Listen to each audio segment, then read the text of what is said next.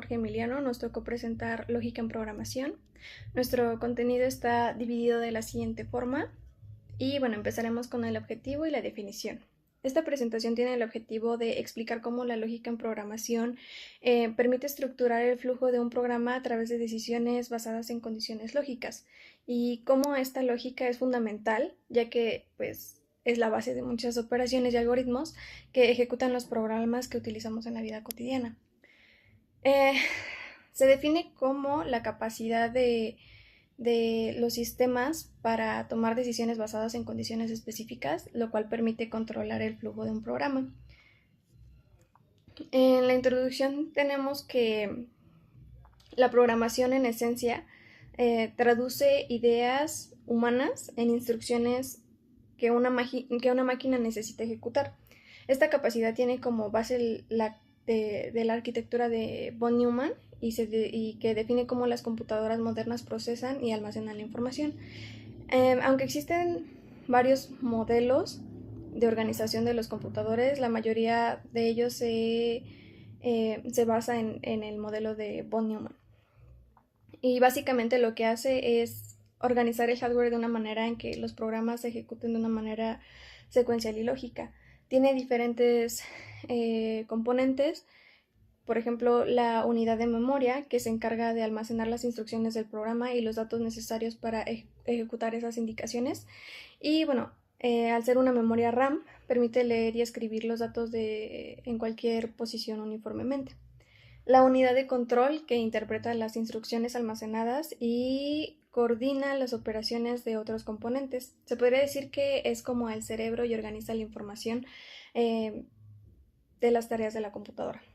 La unidad aritmético-lógica, también llamada ALU, se encarga básicamente del proceso principal de los datos, es decir, que hace todas las operaciones matemáticas como la suma, resta y multiplicación, y también se encarga de las operaciones lógicas de AND, OR y NOT. La unidad de entrada y salida, que son los accesorios del computador, para que pues, el usuario pueda interaccionar con el equipo, que puede ser un teclado, un mouse, etc. Y el bus de datos, que básicamente es el sistema de comunicación que permite conectar todos los componentes y el intercambio de información. La única desventaja de este modelo es que es el cuello de botella de von Neumann, ya que la velocidad del sistema está limitada por la transferencia de datos entre la memoria y el procesador, lo que afecta principalmente las tareas que tienen una alta capacidad de procesamiento. O sea, básicamente pues se satura de información y no puede procesarla, y es por ello que luego nuestras computadoras o nuestros teléfonos llegan a trabarse porque se saturan de dicha información. Y por lo mismo tampoco se recomienda para aplicaciones especializadas como la inteligencia artificial o ejercicios que ocupen cálculos masivamente paralelos. Existen diferentes tipos de programación. Estos se adaptan a la flexibilidad y funcionalidad del modelo de von Neumann. Y, por ejemplo, existe la programación imperativa, que se basa en describir un conjunto de instrucciones que la computadora debe seguir para alcanzar un objetivo. Utiliza los signos de igual para asignación y de suma o resta para operaciones aritméticas, y el if-else, que es para decisiones. Este modelo es muy ideal para las tareas que requieren un control detallado de flujo, como cálculos numéricos o manipulación de datos. La programación funcional enfatiza la aplicación de funciones y evita modificar el estado del programa. Ocupa signos como la flechita que utilizamos en la implicación para funciones y operadores como map, filter o reduce, que, bueno, este modelo se utiliza para áreas como el análisis de datos y el desarrollo de sistemas paralelos, debido a su capacidad de manejar grandes volúmenes de información y, aparte de todo, de una manera bastante eficiente. La programación orientada a objetos, o también llamada POO, se basa en que cada objeto tiene un atributo. Por ejemplo, un coche tiene un color, marca, modelo y número de puertas, etc. Y el método, que podría ser un coche puede acelerar, puede frenar, puede girar y todo eso. Algunos conceptos claves de este tipo de programación son la clase, que básicamente es el molde para crear los objetos, es decir, todo lo que define los atributos y métodos. Y bueno, sí es como lo común entre dichos objetos. La instancia, que es el objeto creado a partir de una clase.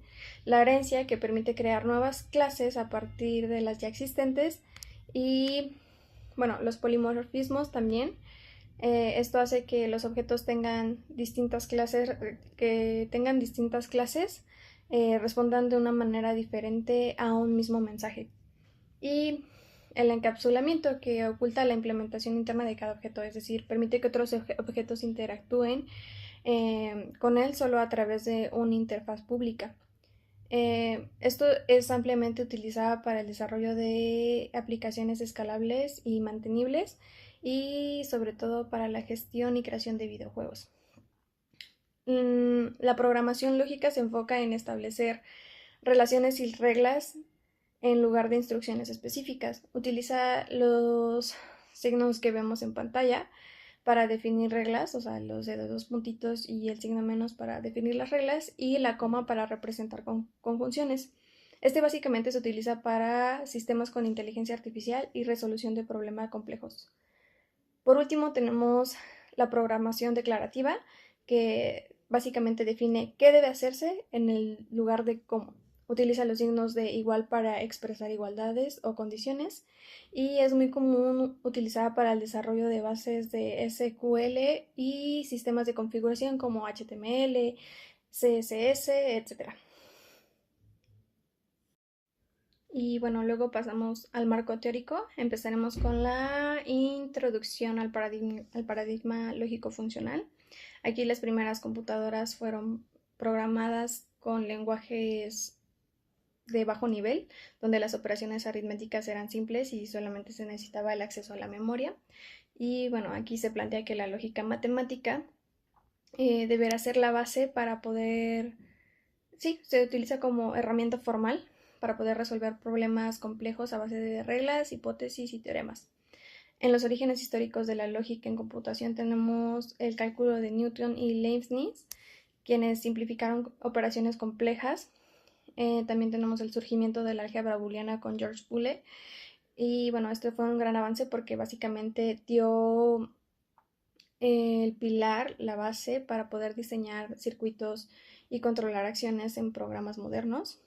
El planteamiento también de los problemas de completitud, consistencia y decidibilidad en aritmética de David Hilbert. Con dicho planteamiento se obtuvieron diferentes avances en la teoría de la decidibilidad, donde, por ejemplo, Kurt Gödel mostró que ningún sistema suficientemente rico puede ser completo y consistente al mismo tiempo. Alan Turing, que creó la máquina de Turing, demostrando que la aritmética no es decidible. Y por último, Alonso Crunch, que fue quien desarrolló el cálculo lambda y es un modelo lógico para describir las relaciones entre datos y resultados. Después tenemos el surgimiento de paradigmas de programación, que fueron el imperativo, derivado de un modelo de Turing, con los cambios de estado explícitos mediante asignaciones. Aquí es donde empieza a salir x es igual a 5, x es igual a 6, etc. Y el paradigma declarativo, que incluye programación lógica, donde sabemos que se hace el uso de hechos y reglas para realizar deducciones automáticas, y la programación funcional, basada en el cálculo lambda, eh, sin cambios de estados ni asignaciones. Básicamente se enfocan en describir objetos y relaciones en lugar de algoritmos específicos. Más adelante inició el desarrollo del lenguaje Prolog, iniciado principalmente por Robinson y Kowalski. Y aquí se hace el uso de hechos, reglas y deducciones para resolver consultas, como el determinar si un conjunto de valores pertenece a una relación, o encontrar instancias de valores para variables según reglas y hechos. Y bueno, también se empezó con la división de labores, donde la lógica es proporcionada por el programador mediante hechos y reglas, y el control implementado por el lenguaje para aplicar las reglas en un orden específico. Todo esto llevó a la aplicación de la programación lógica en lo que conocemos ahora, por ejemplo, sistemas expertos, la demostración automática de teoremas, reconocimiento del lenguaje natural, etc. Um,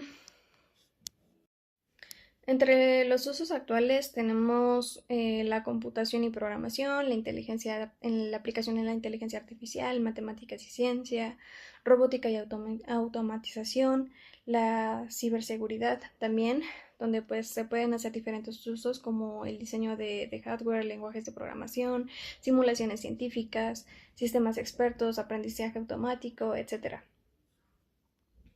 Ok, ahora, la relación que tiene con la lógica en general.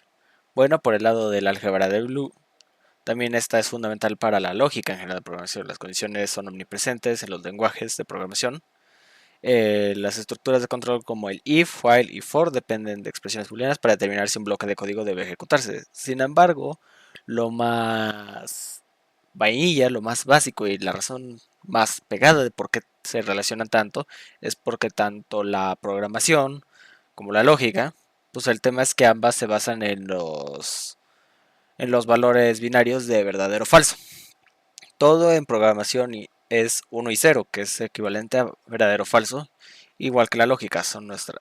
Ya que sean P, que sea Q y todo eso, ya son formas, o sea, por ejemplo, los ifs, los whiles y todo eso ya son formas mucho más complejas que también son hilos que si bien sí los van relacionando, yo creo que la parte más importante de la relación entre estas dos es el hecho de que se rigen en un sistema binario de verdadero y falso, como lo podemos ver en la foto de hasta abajo. Pues bueno, a ver, ahora la parte de los ejercicios. Como vemos aquí en el documento que nos dice, a ver, ahora sí que las cajas booleanas solo tienen dos valores, verdadero y falso.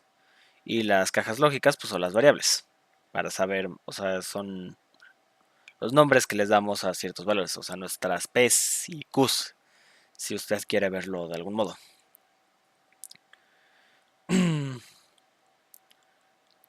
Por ejemplo, en este caso lo que nos dice es, a ver, booleano, para que algo sea viejo, pues, la edad tiene que ser más de 21. Esto es, si entonces si esto es menor que de 21, pues esto es falso. Si esto es mayor que 21, es verdadero y por ende es viejo. Entonces, con ayuda de este programa llamado Raptor, que es de Python para principiantes, voy a hacer tres ejercicios y voy a demostrar que están relacionados con la lógica. Entonces, a ver.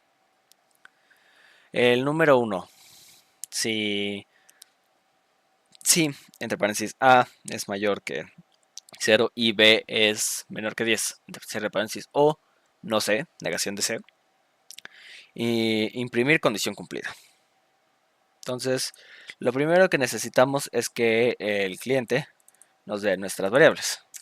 De A, y vamos a registrar la variable A, de B, y en este caso nos va a dar la variable B, y finalmente de C, y nos va a dar nuestra variable C. Entonces ahora lo que vamos a hacer es que le vamos a poner una selección. Ahora sí que bool, porque entonces lo que queremos confirmar, como dice aquí en la hoja, es cosas de esto, es si es verdadero o es falso lo que vamos a preguntar.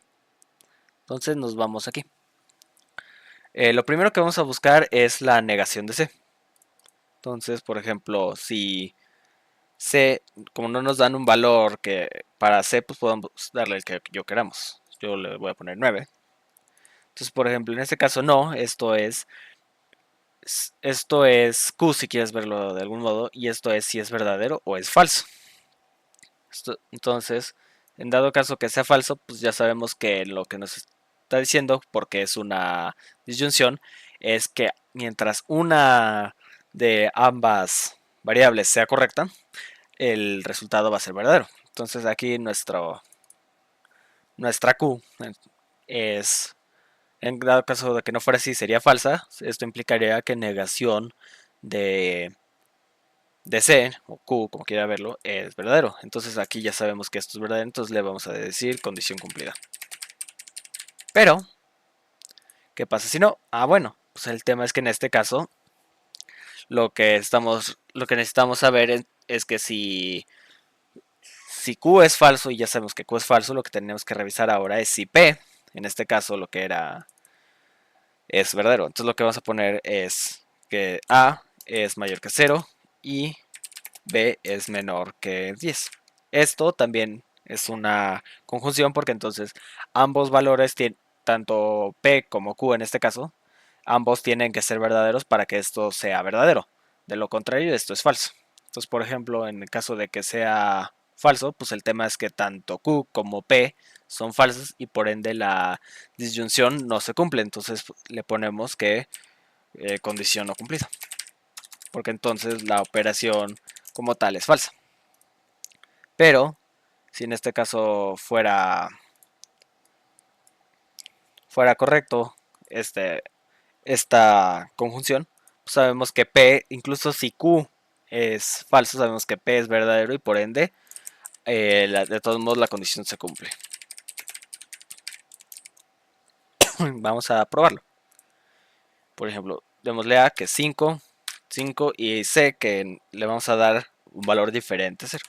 Entonces esto pues ya sabe, como aquí lo que le estamos diciendo es negación de C es correcto, entonces con eso es todo lo que necesitamos, ya ni siquiera se molesta en demostrar que si P es verdadero o falso, porque ya no hay motivos, o sea, sabemos que ahora sí que la lógica lo que nos dice es que el argumento es verdadero. Por el otro lado, por ejemplo, si le ponemos 5, 5 pero le vamos a dar 9, va a saber que negación de C, que en este caso sería falso porque C es verdadero, lo que va a hacer es que se va a ir para acá para revisar si la disyunción es correcta. Si tanto nuestra P es mayor que 0 como que nuestra Q es menor que 10. Y de como se cumple, pues es una condición cumplida. Pero, por ejemplo, si le damos aquí uno diferente, le vamos a dar 5, le vamos a dar 11 a B. Y mire, incluso le vamos a dar 9. Aquí lo que va a pasar es que la condición no se cumple. Esto porque entonces tanto Q como P son falsos y por ende el argumento es falso. También para probar que, por ejemplo, esto se ignora por completo, incluso si ambos valores son incorrectos, porque cese sigue, negación de C se cumple, pues miren, le vamos a poner un -1, le vamos a poner el 11 de hace rato, pero le vamos a poner un 0. Como esto se cumple, pues sigue siendo verdadero. Ahora, vamos al segundo ejercicio, el cual nos dice, diseñar un programa de flujo que pida 3 calificaciones, los analice y determine si el alumno aprobó o no aprobó. Entonces lo que vamos a hacer es que vamos de regreso a nuestro programa y le vamos a pedir al usuario los valores de las calificaciones. Entonces, por ejemplo, calificación 1 y le vamos a poner cal 1. El segundo nombre son las variables.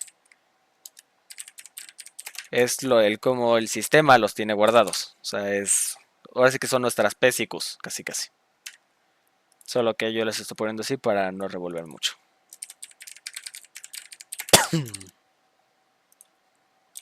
Cal 3. Entonces, ya que tenemos todas estas, lo que vamos a hacer es que tenemos que agregarle una operación. Vamos a crear la variable promedio. Y esto lo que nos va a dar es, lo que le vamos a decir es que tiene que sumar calificación 1 más calificación 2 más calificación 3 y dividir esto entre 3, porque así es como se calcula un promedio. Bueno, el promedio de este caso. Entonces lo que vamos a hacer es le vamos a dar una selección, un verdadero o un falso. Entonces lo que le estamos preguntando es si promedio es mayor o igual a 6, que es lo que se necesita para probar. En el caso de que esto sea falso, pues le decimos que no aprobó. Y en el caso de acá le damos que aprobó, porque entonces es verdadero. Y entonces le damos play. Entonces, por ejemplo, calificación 1 le vamos a dar 8, calificación 2 le vamos a dar un 8.4 y a calificación 3 le vamos a dar un 9. Va a ser el promedio, que aquí nos dice que es de 8.4 y por ende aprobó, porque entonces en este se está viendo es verdadero o es falso, y si es verdadero, ¿qué dice? O sea, esto es por así decirlo, los P es verdadero, esto y aquí. Entonces aquí y si por ejemplo le damos que es un 4, uy, espere, ya, déjeme le corrijo porque me equivoqué, un 3, un 2 y un 1, pues el promedio es de 2 y por ende no aprobó. Esto pues es como lo que dice aquí en el texto, es verdadero o es falso, no hay otras. Lo que estamos analizando es sí o no. O sea, es como si analizáramos, es como si analizáramos y haz de cuenta si tenemos si P es verdadero o es falso. O sea, esto es lo que está haciendo la caja de elecciones. Es lo que nos está diciendo. No es una configuración tan compleja como estas, pero esto es lo que está haciendo como tal. Entonces, en este caso, pues lo que está diciendo, a ver, P es verdadero o es falso. Y dependiendo de eso, ¿qué quieres hacer? O sea, por así decirlo, si P es verdadero, entonces aprueba. Es un if. Si P no es verdadero, pues póngale no aprobó. Entonces, a ver, vamos con lo que sería el último ejercicio, el cual nos dice lo siguiente. El IMC, o índice de masa corporal, se utiliza para determinar si la relación entre el peso y la estatura de una persona es adecuada. El IMC se puede calcular utilizando la fórmula peso entre estatura cuadrada, donde el peso está calculado en kilogramos y la estatura está dada en metros. Luego nos da la siguiente tabla diciéndonos cuál es la categoría correspondiente al IMC. Entonces vamos a hacer eso. Lo que vamos a primero pedir es el peso y le vamos a dar peso. Y también que nos diga que nos dé la altura. Altura.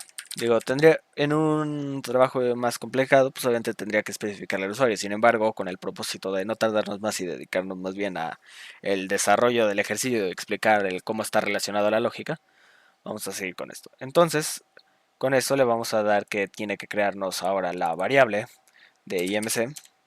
Y esto lo que va a hacer es que va a calcular peso entre altura al cuadrado, que es la fórmula que se nos indica en el ejercicio. Y ahora vamos a hacer selecciones. Le estamos diciendo que si IMC es menor que 20, en el caso de que sí sea, pues que le diga que es de bajo peso. Pero en el caso que no lo sea, entonces aquí volvemos a poner conjunciones. Porque entonces lo que nos está diciendo es que, según el ejercicio, para que uno sea de peso normal, tiene que ser menor de 25, pero mayor de 20. Son dos. Es una conjunción porque entonces las dos se tienen que cumplir para que esta clasificación se le aplique al usuario. Por ejemplo, le vamos a poner aquí entonces que IMC es menor que 25 y IMC es mayor que 20, que esto sería por decirlo P y Q. En el caso de que sí lo sea, pues es peso normal. Y en el caso de que no lo sea, le tenemos que poner otra selección, otra conjunción. Ahora lo que tenemos solo son diferentes valores de P y Q. Si esto y IMC es mayor que 25, en este caso es obeso 1. Y entonces metemos una última selección, en el cual IMC, nuestra P, tiene que ser menor que 40 y el IMC tiene que ser mayor que 30. En el caso de que esto sea así, le damos que pues el valor sería obeso 2. Y aquí lo correcto por el tema de ejercicio sería que agregáramos una última selección, la cual nos dice que si el IMC es mayor de 40, pero con el tema de pues, es programación y no vamos a agregar más ifs, pues lo que podemos hacer es simplemente sacarlo ya aquí como el valor de que no sea, porque no va a haber otro valor, entonces lo podemos poner obeso 3. Entonces, a ver, aquí pues lo que vamos a darle es play. Nos va a pedir el peso, entonces digamos que peso 82. Y de altura le voy a decir que peso 1.77. ¿Qué pasa aquí? Lo que me está diciendo es que el usuario es obeso 1. Esto lo que hace es que ya haciendo este proceso revisa a ver P es verdadero o falso. Tiene instrucciones para si es verdadero como para si es falso. Entonces P es falso, entonces se sigue la siguiente instrucción. P es verdadero o es falso. Con esta conjunción. La conjunción es falsa y por ende P es falso. Entonces se va, como no puede seguir las instrucciones de si P es verdadero, se va a las siguientes instrucciones, que sería la de si P es falso, en el cual tiene otras dos opciones. En la cual P, si es verdadero, o si es falso. Si es falso, se seguiría con los siguientes, pero ¿qué crees? Descubre P es verdadero aquí. Y entonces lo que ya reproduce es obeso 1, que son las instrucciones si P aplica en si P es verdadero. Y como en el único caso en el que es verdadero es en este, pues lo que sale es verdadero final. Por ejemplo, si dijéramos así para sacar que mido 1.55 y peso 40 kilos, que no creo, pero el IMC es muy bajo.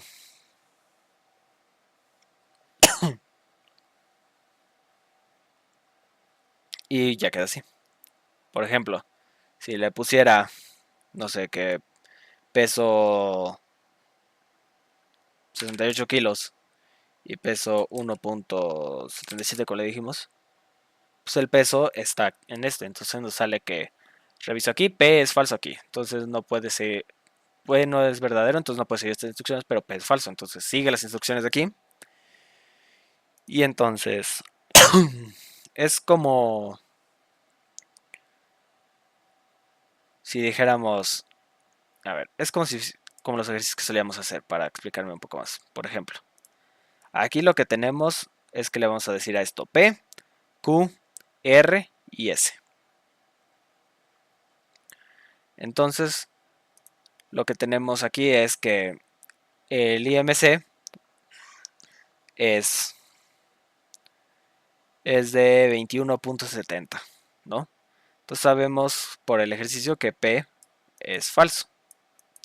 Entonces lo que hacemos aquí es que seguimos este de aquí. Sabemos que P es falso, entonces se sigue las instrucciones del falso y se va aquí se va a Q, donde P, donde pues sigue siendo falso porque tanto en ambos valores de P, que sería el IMC, o sea, P es mayor que 20, pero es menor que 25, pues no se cumple porque el rango no está en este dominio. Entonces se sigue porque sigue siendo falso y falso. Al final del día, eh, la relación del álgebra y la lógica con la programación, pues es que los programas ambos subsisten a base de los conceptos del verdadero y del falso. Solo, entonces, por ejemplo, aquí lo que va haciendo es que busca hasta que le da un valor verdadero y ya lo saca. O si en dado caso no llegara a dar ningún verdadero, pues se lo saca como un falso.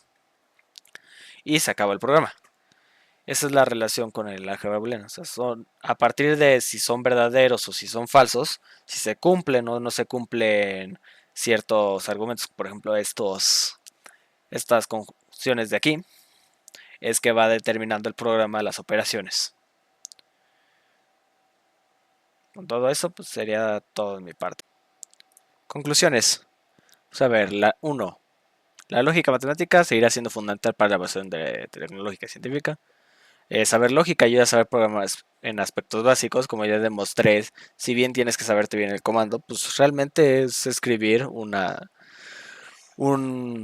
argumento lógico, solo saber el lenguaje. La lógica y la programación están unidas de manera tal que no hay forma de separarlas.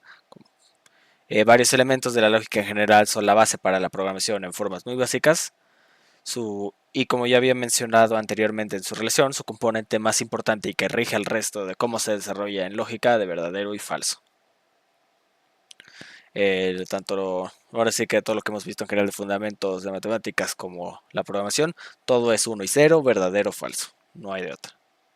Todo eso aquí le presento nuestra bibliografía de los documentos que llegamos a utilizar. Y pues con todo eso en mente, muchas gracias profesor por su atención. Gracias.